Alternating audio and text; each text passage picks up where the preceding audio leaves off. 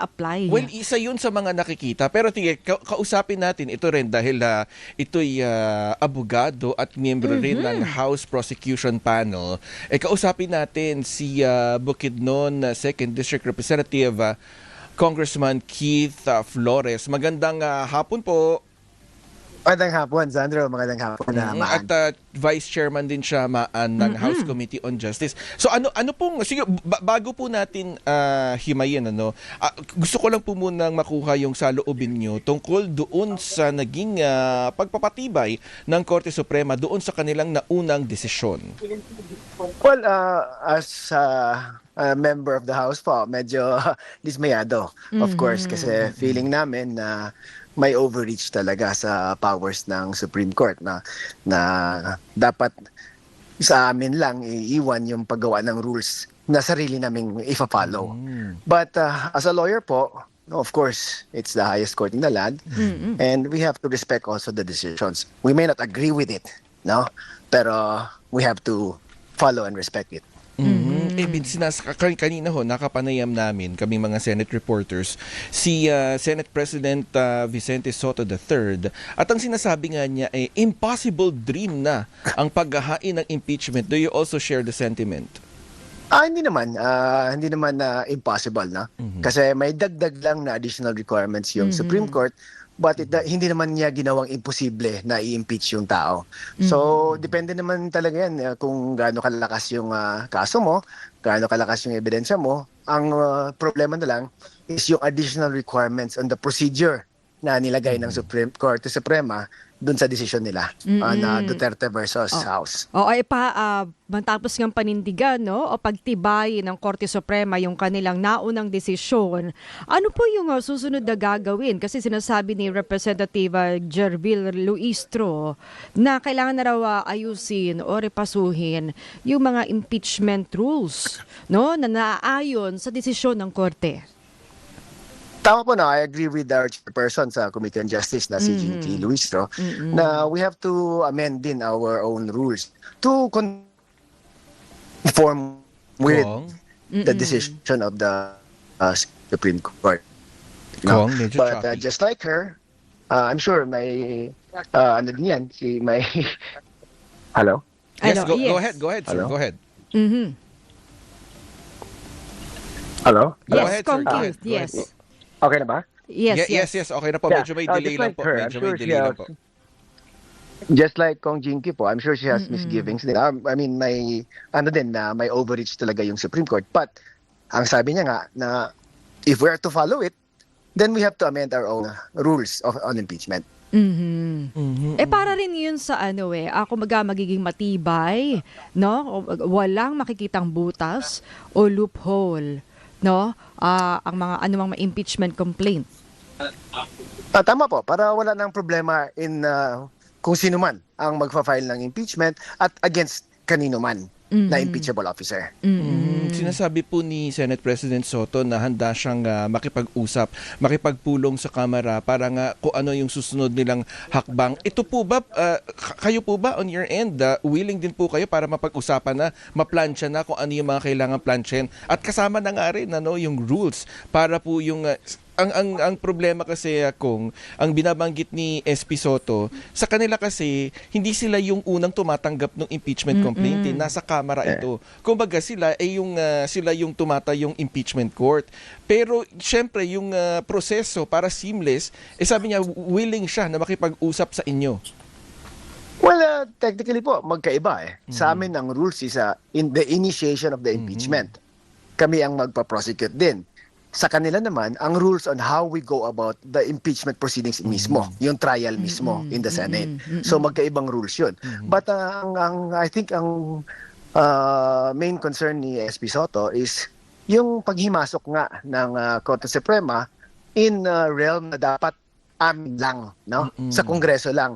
Either sa Senate man, sa rules nila on the impeachment trial, or sa House on our rules also in the initiation of impeachment complaints. At isa pa nga yun, buti po nabanggit na ninyo, ang binabanggit kasi ni SP Soto, parang pinanghimasukan ng Korte Suprema yung impeachment procedures na dapat ay nasa inyo, nasa Kongreso. At ang tingin pa nga niya ay dahil pinakialamanan yung, kumbaga nagkaroon ng overreach itong Korte Suprema na para na rin niyang naamyendahan yung saligang batas pagdating doon sa kung paano yung impeachment process. On that point, I agree with SP Soto. No? Sobra talaga yung overreach din ng Supreme Court. But just the same, no? While I respect it, I am also saying na I do not agree with it. Just like sa rules namin, dapat kami lang yung gagawa talaga. Just the same way as yung Korte Suprema din, yung sa procedure nila, sila din ang gagawa ng rules nila. Ma-remember niyo po ba na may mga instances din na may second motion for reconsideration na pinayagan ng Korte Suprema. May instances din na letter from a private lawyer, ginawang motion for reconsideration. Hindi nang himasok ang Kongreso nun to correct that. Kasi that is their own parang rules nila. So, nirespeto namin yun na ginawa nila yun, na pinayagan nila. Kasi independent sila. And we're co-equal supposedly. So, walang manghimasok sa kanino mga turf kung sakali. So to speak po. Oo. No, so, Oo. para ang hinanakit ata ni SP is the fact na pumasok yung Korte Suprema sa usapang dapat sa House lang or dapat sa Senate lang. Na hindi naman ginagawa ng House at ng Senate sa mga usapin ding pang Korte Suprema lamang. Eh yan, di ba sinasabi mo nga partner na may mga ibang pagtingin na lumalabas pala na parang walang na file, parang ganon, na impeachment, complaint laban kay Vice President Sara Duterte. So, sabi mo nga, so wala rin yung 1-year bar rule, hindi nag-a-apply at pwede raw, tama ba, ibang pagtingin na mag-file na anytime na nga panibago. Actually, yun na yun di ba? Pwede mo lang i-refile etong impeachment complaint. Mamaya ma-technical na naman. Di ba? Kung ganito yung gagawin. I do not agree with that view kasi sinabi ng Korte Suprema na one of the ways daw na ma-initiate yung impeachment is pag hindi inaksyonan ng Kongreso within a certain number of days yung impeachment complaint na final at mali yung pagka-archive niya or pagka-include sa calendar of business. Pag mali yun, meaning initiated na rin, meaning the bar sets in already. So, sinite nila sa an example, dito, yung 3 unang impeachment complaints na sinabi nila, which were filed and which should have been included in the order of business within 10 session days. I-define nila ang session days as a session day where Congress holds session. Hindi naman na the usual session day na defined by Congress. Kasi sometimes ang session namin, sinususpend lang, the next day we continue it, isang session day pa rin yun.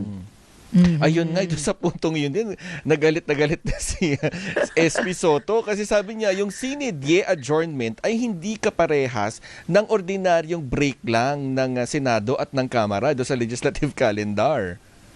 Yeah, tama po. Kaya nga, it goes back nga, dapat na we should all respect each other's parang turf nga, no? Na kung sa Korte Suprema, kayo yung gagawa ng rules ninyo. Kung sa amin naman, kami din yung gagawa ng rules. Example again, I will cite an example. Yung mga kasong ilang years nang nakatambay dyan sa mga korte at sa Korte Suprema. Hindi namin ginagalaw yan. Hindi namin sinisita sila. Hindi namin pinagsasabihan. Hindi namin ginagawa ng law na you should finish it within this number of days or this number of months only or this number of years. Because that is within their own realm dapat. Sila dapat ang gagawa niyan. Pero ang ginawa nila sa amin is baliktad. Kami yung ginawa nila ng rules na supposedly, sabi ng konstitusyon, kami lang din ang gagawa ng sariling rules namin. Kung Keith, yung binabanggit din kasi ni SP Soto na dahil nga doon sa kanya pagkainis, nagbago yung isip niya. Gusto na niyang suportahan ang charter change. Ano pong palagay ninyo? Ano pong take nyo doon? Well, matagal nang usapin niyang charter change. Ang my only fear pag sa usapin charter change is yung term limits na naman baka they will also include that. Medyo ayaw ko diyan. So, ang gusto ko sana is if it's true charter change para makorek talaga yung mga maling provisions ng Constitution, I'm fine with it, no? But hindi lang dahil sa decision na to, dapat ang usaping charter change ang would bring up the talks about charter change. It should be about the entire constitution. Anong dapat nang baguhin? Pero kamusta po ba yung charter change sa Kamara? Meron po bang nagsusulong ngayon? Medyo walang usapan about charter change in the House. I know I think it's still Congressman Rufus Rodriguez who chairs it, no? But wala pa so far. Ay, masalimuot din kasing usapin. Ay, pag-usapan natin sa susunod na mga araw.